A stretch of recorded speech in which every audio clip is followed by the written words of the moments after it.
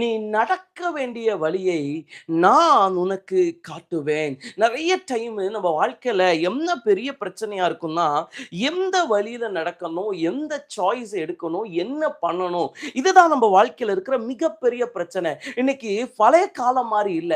இன்னைக்கு இருக்கிறது modern world. அப்ப இந்த மாடர்ன் வேர்ல்டுல உலகம் எந்த அளவுக்கு வளர்ந்துச்சோ, அதே அளவுக்கு நமக்கு ஒவ்வொரு காரியத்துக்கும் நிறைய சாய்ஸ் பெருகிக்கிட்டே இருக்குது. நிறைய வாய்ப்புகள் பெருகிட்டே இருக்கு.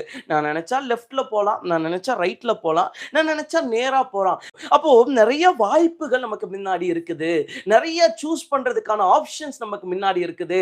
ஆனா நம்ம சில வேலையில சரியாய் சில விஷயங்களை தேர்ந்தெடுக்க முடியறதில்ல. இன்னைக்கு நிறைய பேருக்கு இருக்கிற குழப்பமே எதுலதானா, நான் எதை தேர்ந்தெடுக்க வேண்டும், நான் நடந்து போகணும், நான் எதை செய்யணும். ஒண்ணும் இல்லைங்க.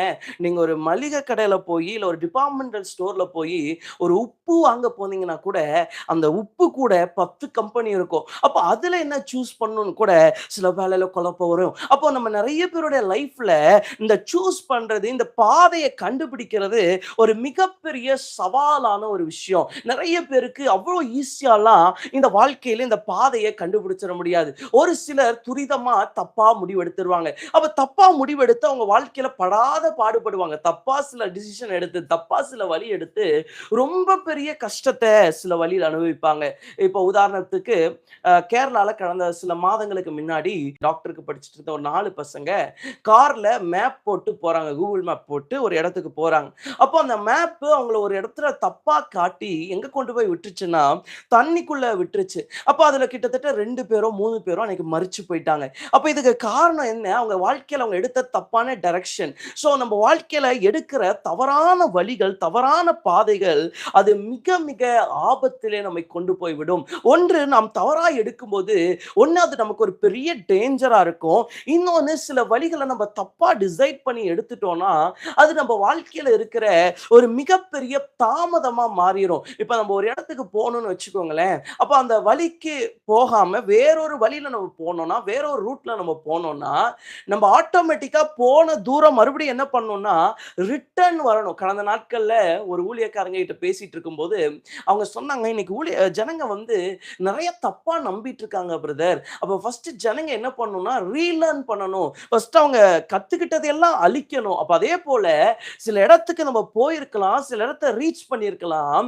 ஆனா நம்ம என்ன பண்ணணும்னா மறுபடியும் தேவனுடைய பாதைக்குள்ள, தேவனுடைய வழிநடத்துக்குள்ள வரணும்னா எகைன் நம்ம அவ்வளோ தூரம் டிராவல் பண்ணி நம்ம வந்து ஆக வேண்டிய கட்டாயம் நமக்கு இருக்கிறது. தேவ ஜனங்களே, இன்னைக்கு ஒருவேளை உங்க வழி மட்டும் நீங்க தப்பா சூஸ் பண்ணிட்டீங்கன்னா உங்க வாழ்க்கையில நீங்க காண போற சவால் மிக மிக அதிகமா இருக்கும். ஆனா இன்னைக்கு ஆண்டவர் சொல்லுகிறார், நான் உன்னை வழி நடத்துவேன், நான் உன்னை வழி நடத்துவேன். இன்னைக்கு உன்னுடைய வாழ்க்கையில ஒரு வழி நடத்துதல் இல்ல, என்னை யாரும் நடத்துறதுக்கு இல்ல பிரதர், எனக்கு சொல்லி தர்றதுக்கு யாரும் இல்ல, இதை நீ இங்க போய் செய், இதை பண்ணு, அப்படி செய்யறதுக்கு யாருமே இல்ல. இன்னைக்கு நிறைய ஸ்கூல் பிள்ளைங்க, காலேஜ் பிள்ளை எல்லாம் பாத்தீங்கன்னா அவங்க ஸ்கூல்ல 11th என்ன குரூப் எடுக்கிறது தெரியாது, எந்த ஸ்கூல் சேர்த்தது தெரியாது. ஏதோ ஒரு 50 வருஷத்துக்கு முன்னாடினா நம்ம ஊர்ல ஸ்கூல்லாம் கம்மியா இருந்துச்சு, காலேஜ் எல்லாம் கம்மியா இருந்துச்சு, படிப்பெல்லாம் கம்மியா இருந்துச்சு, ஏதோ ஒண்ணுல சேர்ந்து போயிருவாங்க. ஆனா இன்னைக்கு அவங்களுக்கு நிறைய ஆப்ஷன்ஸ் இருக்குது. இன்னைக்கு உலகம் நமக்கு நிறைய ஆப்ஷன்ஸையும் ஆப்பர்ச்சுனிட்டியும் நமக்கு முன்னாடி நிறைய வச்சிருச்சு. இன்னைக்கு அதனாலயே என்ன பண்றதுன்னு தெரியலன்னா எப்படி போறது, எந்த வழியில போறதுன்னு நிறைய பேருக்கு தெரியவே இல்லை. ஆனா உங்களுக்கு நான் ஒண்ணு சொல்றேன், உங்களை வழிநடத்த ஆண்டவர் இருக்கிறாருங்கிறத மறந்துடாதீங்க. உங்க ஆலோசனையை மனுஷன் கிட்ட கேட்றாதீங்க, கூகுள்கிட்ட கேட்றாதீங்க. கர்த்தர் உங்களை நடத்த போதுமானவரா இருக்கிறார். இந்த ஆண்டவர் நமக்கு கண்டிப்பா சொல்றேன், சில ஆலோசனைகளை தர வல்லமையுள்ளவர். எத்தனை வருஷம் பிரதர் நான் காத்திருக்கிறது, ஆண்டவர்கிட்ட தான் கேட்கிறேன், வழியை காட்டுங்க, வழியை காட்டுங்கன்னு. ஆனா எனக்கு வழியே காட்ட மாட்டேங்கிறார். இந்த வசனம் பாருங்களேன், நான் உனக்கு போதித்து நீ நடக்க வேண்டிய வழியை உனக்கு காட்டுவேன். வழி காட்டுறதுக்கு மேல என்ன பண்றாராம், நமக்கு போதிக்கிறாராம். சோ சில வேளையில ஆண்டவர் ஏன் சில வழிகளை நமக்கு காட்ட தாமதப்படுத்துறாருன்னா நம்மை ஆயத்தப்படுத்த விரும்புகிறார். அந்த வழிக்கு நேராய் நம்மை ஆயத்தப்படுத்த விரும்புகிறார். மோசேவை 40 வருஷம் ஆயத்தப்படுத்திட்டு தான் அவருக்கான வழியவே காட்டுறாரு. 40 வருஷம் மோசேக்கு சொல்லித்தராரு, நீ ஆடை இப்படி மேய்க்கணும், ஜனங்களை இப்படி மேய்க்கணும். சோ ஒரு 40 இயர்ஸ் மோசேக்கு ஆண்டவர் நாமதரத்துல ட்ரெயின் பண்றார். அப்ப ஆண்டவர் எப்ப வழி காட்டுவார்னா ஒரு பெரிய ட்ரைனிங் பீரியடுக்கு அப்புறம், ஒரு பெரிய ஆயத்தத்துக்கு அப்புறம் தான் ஆண்டவர் சில வேளையில வழிகளை காட்டுவார். ஸோ அந்த ஆயத்தம் வரைக்கும் நம்ம என்ன பண்ணணும்னா, அவருடைய பலத்த கரத்துக்குள்ளே அடங்கி இருக்க வேண்டும். இந்த ராத்திரி நான் சொல்றேன், உங்களை கண்டிப்பா கர்த்தர் வழிநடத்துவார். இந்த ராத்திரி ஆண்டவர் யாராய் நமக்கு விளங்குகிறார் என்று சொன்னால், நம்மை வழிநடத்துகிற தேவன். சரி, ஆண்டவர் வழிநடத்துகிற ஒரு 3 விதமான பாதைகள், ஆண்டவர் எப்படியெல்லாம் வழி காட்டுவார் அப்படின்னு சொல்லி ஒரு 3 டைரக்ஷன், 3 வழிகளை கர்த்தர் நமக்கு காட்டுவார். அந்த 3ஐ எப்படி காட்டுவார் அதை மட்டும் நான் உங்களுக்கு சொல்லி ஜெபிக்க விரும்புகிறேன். 1 சாமுவேலின் புஸ்தகம் 9வது அதிகாரம் 6வது வசனம். அதற்கு அவன், இதோ அந்த பட்டணத்தில் தேவனுடைய மனுஷன் ஒருவர் இருக்கிறார், அவர் பெரியவர், அவர் சொல்லுகிறதெல்லாம் தப்பாமல் நடக்கும், அங்கே போவோம், ஒருவேளை அவர் நாம் போக வேண்டிய நம்முடைய வழியை நமக்கு தெரிவிப்பார் என்றான். இந்த இடத்துல என்ன சம்பவம் நான் சொல்லிடுறேன். சவுல் அவருடைய வீட்டுல 2 கழுதை காணாம போயிடுச்சு. அப்ப கழுதை காணாம போனோடனே அப்பா சொல்றாரு கூப்பிட்டு, சவுல நீயும் வேலைக்காரனும் போய் எங்க போய் தேடுங்கன்னா கழுதையை தேடிட்டு வாங்க, எங்கேயாவது போய் நம்ம கழுதை மிஸ் ஆயிருச்சு, அதை எப்படியாவது கண்டுபிடிச்சு கொண்டு வாங்கன்னு சொல்லி 2 பேரும் அனுப்புறாரு. இவங்க போய் தேடுறாங்க தேடுறாங்க தேடுறாங்க, பல நாடுகளை கடந்து தேடுறாங்க. ஆனா எந்த ஊர்லயும் என்ன இல்லைன்னா கழுதை இல்லை. அப்போ சவுல் ஒரு முடிவு பண்றாரு, இதுக்கு மேல நம்ம தேடணும்னா நமக்கு கழுதை போனாலும் போயிட்டு போகுது, அப்பா அங்க உட்காந்து நம்ம இல்லைன்னு கவலைப்பட்டுட்டு இருப்பாரு, நம்ம என்ன பண்ணிடலாம்னு திரும்பி போயிடலாம்னு சொல்லிட்டு சவுல் டிசைட் பண்றார். அப்ப சவுல் கூட இருக்கிற சவுலின் வேலைக்காரன் சொல்லுவான், இந்த பட்டணத்துல ஒரு தேவனுடைய மனுஷன் இருக்கிறார், அவர் சொல்லுகிற வார்த்தை தப்பாமல் நடக்கும். அப்ப நம்ம என்ன பண்ணலாம்னா அந்த மனிதன்கிட்ட போவோம், அந்த மனுஷனுடைய வார்த்தையை கேட்க போவோம். அப்ப ஆண்டவர் முதல்ல நம்மளை எப்படி வழி நடத்துவார்னா வார்த்தையினால் வழி நடத்துவார். சோ இவங்க ஃபர்ஸ்ட் எங்க போறாங்க தெரியுமா? வார்த்தையை கேட்க போகிறாங்க. இந்த இடத்துல சவுலுக்கு கழுதை தொலைஞ்சது ஒரு பெரிய லாஸ். ஆனா அந்த லாஸ் அவரை எங்க நேரம் நடத்துச்சுன்னா அவருடைய வாழ்க்கையில ஒரு பெரிய தரிசனத்துக்கு நேரம் நடந்துச்சு. சில வேளையில சில இழப்பின் நடுவில தான் கர்த்தர் சில பெரிய பெரிய திட்டங்களை தருவார். பல பெரிய தேவ மனுஷங்க சொல்றதை நான் கேட்டிருக்கிறேன். நான் ரொம்ப உடைஞ்சு போயிருந்தேன், நொறுக்கப்பட்டு போயிருந்தேன், அப்பதான் எனக்கு என்ன வந்துச்சுன்னா இந்த பாட்டு வந்துச்சு, அப்பதான் எனக்கு இந்த வெளிப்பாடு வந்துச்சு, அப்பதான் என் வாழ்க்கையில இந்த வாத திறந்துச்சு. அப்போ தேவ பிள்ளைகளே, நிறைய வேளையில முதலாவது கர்த்தர் எப்படி வழி நடத்துவார்னா வார்த்தையில வழி நடத்துவார். அந்த வார்த்தை எப்போ வரும்னா சில வேளையில சில நெருக்கத்தின் நடுவிலே, உடைவுகளின் நடுவிலே, சில சோர்வுகளின் நடுவிலே சில வார்த்தைகள் பிறக்கும். நான் பல டைம் சொல்லியிருக்கிறேன், யோபு நல்லா இருக்கும் போது அவர் ஊழியம் செஞ்சாரோ இல்லையோ, யோபு உடைஞ்சு போன போது சொல்லுகிறார், நான் கிரகிக்க கூடாத பெரிய காரியங்களை அவர் செய்கிறார், நான் ஆராய்ந்து முடியாத பெரிய காரியங்களையும் எண்ணி முடியாத அதிசயங்களையும் அவர் செய்கிறார். இன்னொரு வார்த்தை சொல்லுவார், தேவரீர் சகலத்தையும் செய்ய வல்லவர், நீ செய்ய நினைத்தது தடைபடாது என்பதை அறிந்திருக்கிறேன். சோ இது இந்த 3 வார்த்தை நான் சொன்னேனே, இதுக்கு மேலேயும் இருக்கலாம், இந்த 3 வார்த்தை சொன்னனே, இந்த 3 வார்த்தையுமே யோபு சொன்னது. இந்த 3 வார்த்தையுமே யோபு நல்லா இருக்கும்போது சொல்லல, யோபு பாடுபடும் போது, நெருக்கப்படும் போது இந்த வார்த்தை யோபுக்கு நேரா வந்துச்சு. சோ நம்ம வாழ்க்கையில சில வழி தெரியாம, சில திசை தெரியாம, சில வேளை நம்ம பாடுபடுவோம்ல, எந்த டைரக்ஷன்ல போறது, என்ன பண்றது ஒன்னும் தெரியலையே, இந்த வழியே தெரியாம இருக்குது, அந்த பகுதியில எனக்கு என்ன வருதுன்னா இழப்பு வருதே அப்படி நீங்க சிலர் சொல்லலாம். ஆனா ஒன்றை அறிந்து கொள்ளுங்க, நீங்க ஒருவேளை வழி தெரியாம இருக்கும்போது தேவன் உங்க வாழ்க்கையில சில பிரச்சனைகளை, சில கொந்தளிப்புகளை அனுமதிக்கிறாருன்னா உங்களுக்கு ஏதோ ஒரு வார்த்தையை கர்த்தர் அனுப்ப போறான்னு அர்த்தம். இந்த சவுல் பாருங்க, கழுதையை தொலைச்சிட்டு நேரா சாமுவேல்ட்ட போறாரு. சாமுவேல்ட்ட இருந்து ஒரு வார்த்தை வருகிறது, உன்னை கர்த்தர் தம்முடைய சுதந்திரத்தின் மேல் ராஜாவை அபிஷேகம் பண்ணினார். இந்த ராத்திரி வேளை நான் சொல்றேன், சிலதை தொலைத்து கொண்டு நீங்கள் தேடும்போது, சிலது இல்லாம தேடும்போது கர்த்தர் சிலதை தொலைக்க வைக்கிறதே எதுக்குதான்னா நம்மை வார்த்தையை சுதந்திரிக்க பண்றதுக்கு. சில வேளையில கர்த்தர் வார்த்தையில தாங்க வழி நடத்துவார், வேற எதையுமே வச்சு வழி நடத்த மாட்டார். சோ சிலதை தொலைக்க வச்சு, சிலதை விட வச்சு, சில வார்த்தைகளை கேட்க பண்ணுவார். நமக்கான வார்த்தைகளை நம்மை கேட்க பண்ணுவார். இந்த ராத்திரி சொல்றேன், உங்க வாழ்க்கையில எதுவுமே தற்செயலாய் நடக்கிறது இல்ல, தேவ செயலா தான் நடக்குது. சவுல் பாருங்க, கழுதையை தொலைச்சது ஒருவேளை கழுதை தெரியாம போயிருச்சு அப்படின்னு நினைச்சிருக்கலாம். ஆனா கழுதை போனதுக்கு காரணம் தற்செயல் அல்ல, தேவ செயல். காரணம், தேவன் என்ன பண்ண விரும்பி இருந்தார்னா சவுல வார்த்தையில வழி நடத்த விரும்பினார். சவுல வார்த்தையோட தரிசனத்தை கொடுக்க விரும்பினார். இன்னைக்கு நான் சொல்றேன், சில நெருக்கம், சில பாடுகள், சில வேதனை, சில துக்கம் அப்படி நீங்க போயிட்டு இருப்பீங்கன்னா, நான் உங்களுக்கு சொல்றேன், கர்த்தர் உங்களை இந்த பாதையிலே தம்முடைய வார்த்தையினாலே உங்களை பாதை காட்டி நடத்த விரும்புகிறார். வார்த்தையினாலே உங்களுக்கு வழியை காட்ட விரும்புகிறார். சவுலுக்கு வார்த்தையில தாங்க வழியை பிறந்தது. சவுளுடைய வாழ்க்கையில வந்த வார்த்தை அவனை ராஜாவாய் மாற்றினது. இன்னைக்கு நான் சொல்றேன், நம்முடைய வாழ்க்கையில தேவன் நமக்கு சில வார்த்தைகளை அனுப்புவார். எப்படி பிரதர் வரும்? என் வாழ்க்கையில யார் கொண்டு வந்து கொடுப்பா? யார வேணா கொண்டு வந்து கர்த்தர் கொடுக்க வைப்பார். எரேமியா புஸ்தகத்துல 32வது அதிகாரத்துல வாசிக்க வேண்டாம், அந்த இடத்துல நீங்க பாத்தீங்கன்னா எரேமியாட்ட ஆண்டவர் சொல்வார், நீ போய் ஒரு இடத்தை வாங்குன்னு சொல்லுவார். அப்போ எரேமியா கேட்பார், எப்படி வாங்க முடியும்? தேசம் சிறையிருப்புக்குள்ள போக போகுதே அப்படின்னு. உடனே எரேமியாட்ட ஆண்டவர் சொல்லுவாரு, ஒருத்தன் வருவான், உன் பெரியப்பாவுடைய பையன் வருவான். அவன் வந்து சொல்லுவான், என் இடம் இருக்குது, அதை நீ வாங்கிக்கோ, இந்த இடத்த நீ வச்சுக்கோன்னு சொல்லி அவன் வந்து உன்கிட்ட சொல்லுவான்னு சொல்லி ஆண்டவர் சொல்லுவார். அப்போ ஆண்டவர் நமக்கான ஒரு வழியை காட்டணும்னு அவர் நினைச்சிட்டாருன்னா, அவர் எப்படி வேணா அனுப்புவார். அவர் எப்படி வேணா மனுஷங்களை கொண்டு வருவார். அவர் எப்படி வேணா வார்த்தைகளை கொண்டு வருவார். இந்த ராத்திரி நான் சொல்றேன், தேவன் அநேகரை சந்திக்க போகிறார். வார்த்தையினால் உங்களுக்கு சில வழிகள் பிறக்க போகுது.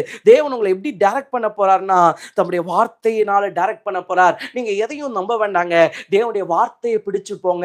இந்த வழியில என்ன இவங்க நடத்தினா அது தப்பா போயிடும், இவங்க நடத்தினா தப்பா போயிடும். ஆனா ஒருத்தர் நடத்தினா தப்பா போகாது, ஆண்டவர் நடத்தினா தப்பா போகாது. உங்க வாழ்க்கையில யார் உங்களை நடத்தினாலும் அந்த பாதை தப்பா போறதுக்கு நிறைய வாய்ப்பு இருக்குது. ஆனா கர்த்தருடைய வார்த்தை உங்க வாழ்க்கையில ஒரு வழி நடத்துதலை தருமானால், கர்த்தருடைய வார்த்தை உங்களுக்கு ஒரு வழியை காட்டுமானால், நான் நிச்சயமாய் சொல்லுவேன், அந்த பாதை, அந்த வார்த்தை உங்க வாழ்க்கையில தப்பா போகவே முடியாது. அது கண்டிப்பா உங்களுக்கு நன்மையா இருக்கும். இந்த ராத்திரி தேவ பிள்ளைய, ஒருவேளை என் வாழ்க்கையில எந்த டைரக்ஷன் போறதே தெரியல பிரதர். இவங்க பாருங்க எங்க போனாங்க தெரியுமா? ஆண்டவருடைய மனுஷனை தேடி போனாங்க. ஆண்டவருடைய மனுஷனுடைய வாயில இருந்து வர்ற வார்த்தை என்ன, அதை நோக்கி ஓடுறாங்க. இந்த ராத்திரி நான் உங்க வாழ்க்கையில சொல்றேன், எந்த பகுதியிலும் போறதுன்னு தெரியல, எந்த செய்யறதுன்னு தெரியல, என் வாழ்க்கையில அடுத்து என்ன பண்றது தெரியல. நீங்க இன்னைக்கு எதை பண்ணும் தெரியுமா? உங்க வாழ்க்கையில நீங்க கழுதையை தேடுறதை விட்டுட்டு, வழியை தேடுறதை விட்டுட்டு, வார்த்தையை தேட ஆரம்பிங்க. ஒருவேளை இன்னைக்கு நீங்க நடக்க வேண்டிய பழி உங்களுக்கு தெரியலன்னா, நீங்க நடக்க வேண்டிய பாதை உங்களுக்கு தெரியலன்னா, நான் சொல்றேன், நீங்க கழுதையை தேடுறதை நிறுத்திட்டு, வழியை தேடுறதை நிறுத்திட்டு, கர்த்தரை தேடி அவர் என்ன வார்த்தை சொல்ல போகிறார், அவருடைய வாயிலிருந்து என்ன வார்த்தை பிறக்க போகுது என்பதை தேடி போங்க. சவுல் தேடி போனதெல்லாம் என்னன்னா, கழுதை எங்க கிடைக்கும், கழுதை எந்த இடத்துல இருக்கோ அந்த வார்த்தை கிடைக்குமா? சவுல் அதை தான் தேடி போகிறார். ஆனால் சவுலுக்கு வந்த வார்த்தை என்ன தெரியுமா?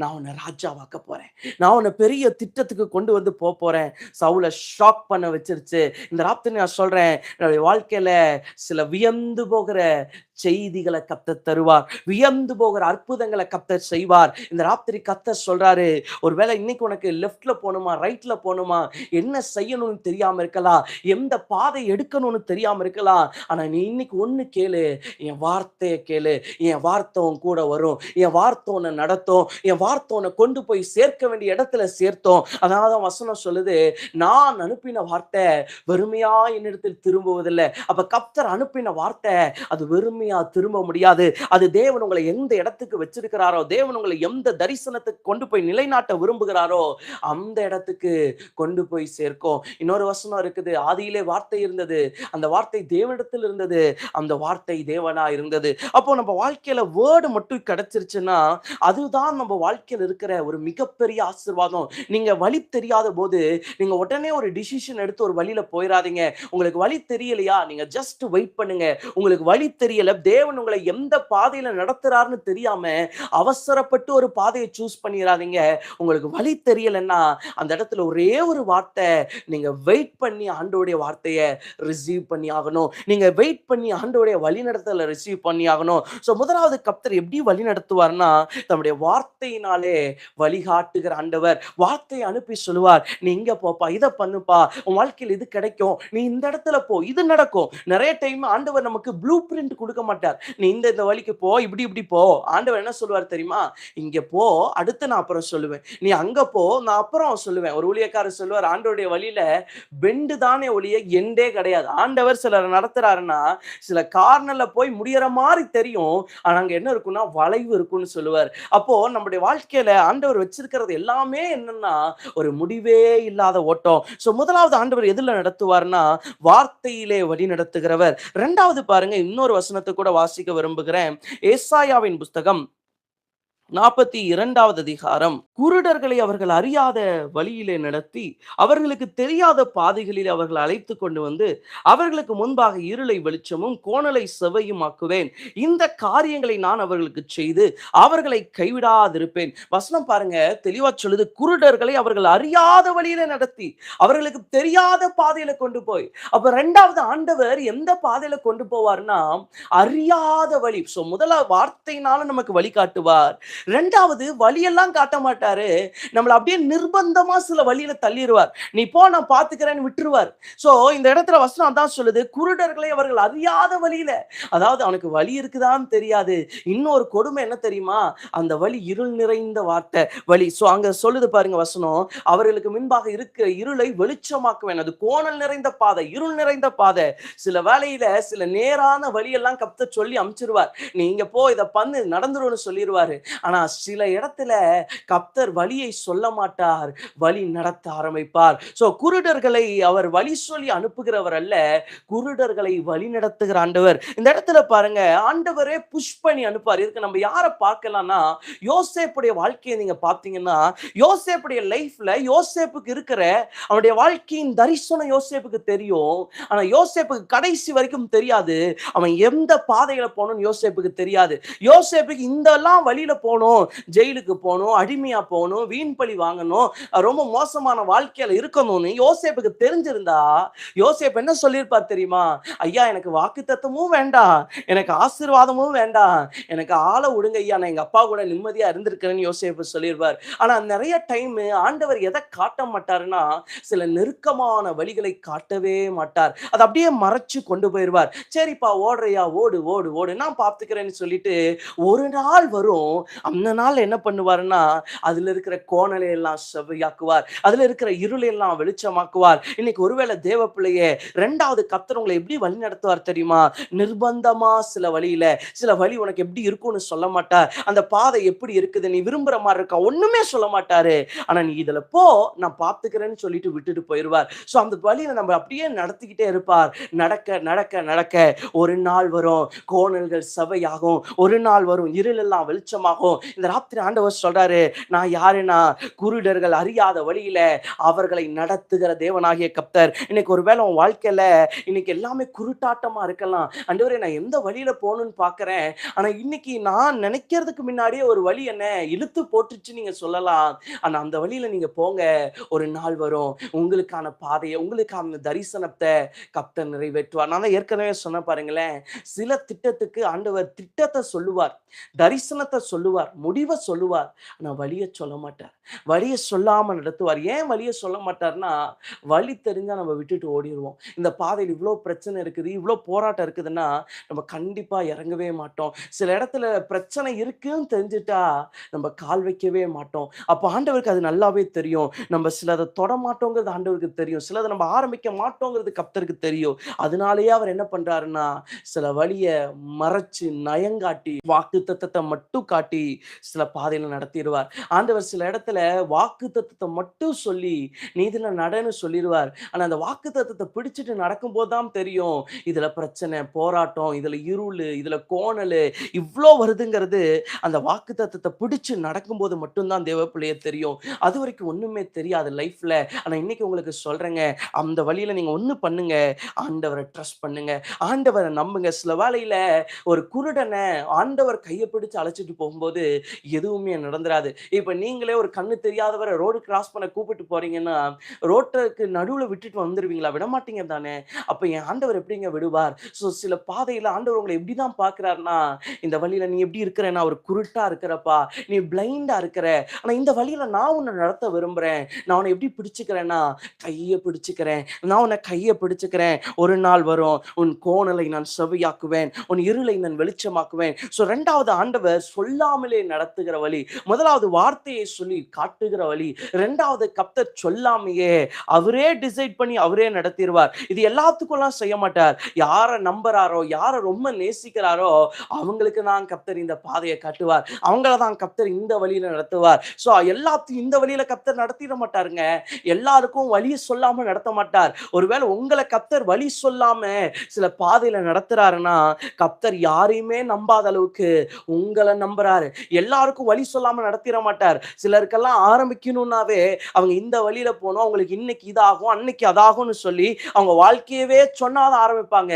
ஆனா கர்த்தர் சில வழிக்குள்ள உங்களை ஆரம்பிக்க வச்சிருக்கிறாருன்னா, கர்த்தர் உங்களை ரொம்ப நம்புறாரு. கர்த்தர் உங்க மேல பெரிய தரிசனம் வச்சிருக்கிறாரு. யோசேப்பு மேல இருந்த ஒரு பெரிய தரிசனத்தினாலதான் ஆண்டவர் என்ன பண்ணிட்டாருன்னா, யோசேப்பே நீ வாப்பா, நான் உன்னை கொண்டு போறேன். உனக்கு வழி தெரியணும்னு அவசியம் இல்ல. உனக்கு கண்ணா நான் இருக்க போறேன். ஒருவேளை நீங்க குருட்டாட்டமா இருக்குது பிரதர், என் வழி இன்னைக்கு எங்க போயிட்டு இருக்குதுன்னே தெரியல, என் வாழ்க்கை எங்க போயிட்டு இருக்குன்னே தெரியல, நீங்க ஒருவேளை சொன்னீங்கன்னா, உங்க வாழ்க்கை எங்கேயும் போல அவர் சித்தப்படி போய் கொண்டிருக்கிறது. உங்க வாழ்க்கை இன்னைக்கு எதை நோக்கி பிரயாணிக்குதுன்னு தெரியாம இருக்கிறீங்கல்ல, எங்க போறேன், என்ன நடக்குது ஒன்னும் தெரியல, அதானே பிரச்சனை. நீங்க பயப்படாதீங்க, உங்க வாழ்க்கை எங்கேயும் போகாது, அவர் கையில் இருக்கிறது. நீங்க இன்னைக்கு பாக்குறதெல்லாம் இருளா இருக்கும், எங்க போகுதுன்னு தெரியல, பார்த்தா இருளா இருக்குது, கோணையா இருக்குது, பிரச்சனையாவே இருக்குது, ஒரு நாள் கூட நிம்மதியா அதை கிராஸ் பண்ண முடியாதா அப்படின்னு நீங்க நினைக்கலாம். ஆனா ஒண்ணு நம்புங்க, இதோடைய முடிவுல கர்த்தர் பெரிய ஆசீர்வாதத்தை வச்சிருக்கிறார். இந்த வழியுடைய முடிவு நமக்கு தீமையா இருக்கவே முடியாது. இந்த வழியுடைய முடிவு நமக்கு கடினமா இருக்கவே முடியாது. சிலதெல்லாம் கர்த்தர் சொல்லாம பண்ணிருவார். சிலத சொல்லிட்டு பண்ணுவார். சிலத சொல்லாம பண்ணிருவார். ஒரு ஊழியக்காரருக்கு ஆண்டவர் ஒரு பெரிய திட்டம் கொடுத்தாராம். அப்ப அந்த பெரிய திட்டத்துடைய தேவை எவ்வளவுங்கிறத அவர் ஆரம்பிக்கிற வரைக்குமே ஆண்டவர் மறைச்சிட்டாராம். அப்புறம் பார்த்தா தான் தெரியுது அது மிகப்பெரிய தொகை.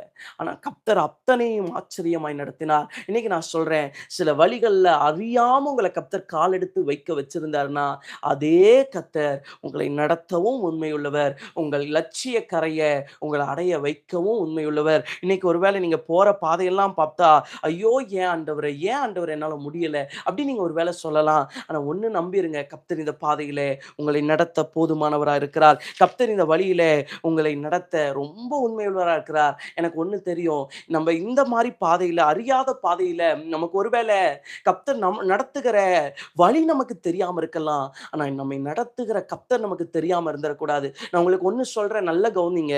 உங்களை ஒருவேளை சில வழியில கர்த்தர் நடத்தும் போது அந்த வழி எப்படி போகும், எங்க போகும் அது தெரியாம இருக்கலாம். ஓகே, பிரச்சனை இல்ல. ஆனா உங்களை நடத்துற கர்த்தர் யாருன்னு மட்டும் தெரியாம இருந்துடாதீங்க. உங்களை நடத்துற கர்த்தர் யாருன்னு தெரிஞ்சு வச்சுக்கோங்க. நீங்க பெரிய லட்சியத்தை, பெரிய இலக்க, பெரிய தரிசனத்தை உங்க வாழ்க்கையில நீங்க பார்ப்பீங்க. சோ முதலாவது கர்த்தர் எப்படி நடத்துவாராம்? வார்த்தையினால வழியை காட்டி நடத்துவார். 2வது பாருங்க, சொல்லாமலே ஒரு வழியிலே அவரே நடத்தி விடுவார். 3வது ஒரு காரியத்தை நம்ம பார்த்து முடிக்க போகிறோம். யாத்திராகமத்தின் புஸ்தகம் 23வது அதிகாரம் 20வது வசனம் பாருங்களேன். வழியிலே உன்னை காக்கிறதற்கும் நான் ஆயத்தம் பண்ணின ஸ்தானத்திற்கு உன்னை கொண்டு போய் சேர்க்கிறதற்கும் இதோ ஒரு தூதனை உனக்கு முன்னே அனுப்புகிறேன். 3வது ஒரு வழி எப்படி தெரியுமா? வழி தூதனை அனுப்பி நடத்துகிற வழி. இது கொஞ்சம் டேஞ்சரான வழி, பிரச்சனை நிறைஞ்ச வழி. அதனாலதான் ஆண்டவர் என்ன பண்றாருன்னா தூதன் அனுப்புறார். முதல்ல வார்த்தையை கொடுக்கிறது, அது ஒரு சாதாரணமா ஃப்ரீயா போயிடலாம், ஒன்றும் பெரிய பிரச்சனை அதுல வர்றதுக்கு வாய்ப்பு ரொம்ப குறைவு. வார்த்தையினால நடத்தப்படுகிற வழி கொஞ்சம் குறைவுதான் பிரச்சனை. அடுத்து பாருங்க, அறியாத வழி, அது கர்த்தர் கூட இருப்பார், ஓகே. ஆனா 3வது ஆண்டவர் யார் அனுப்புவாராம்?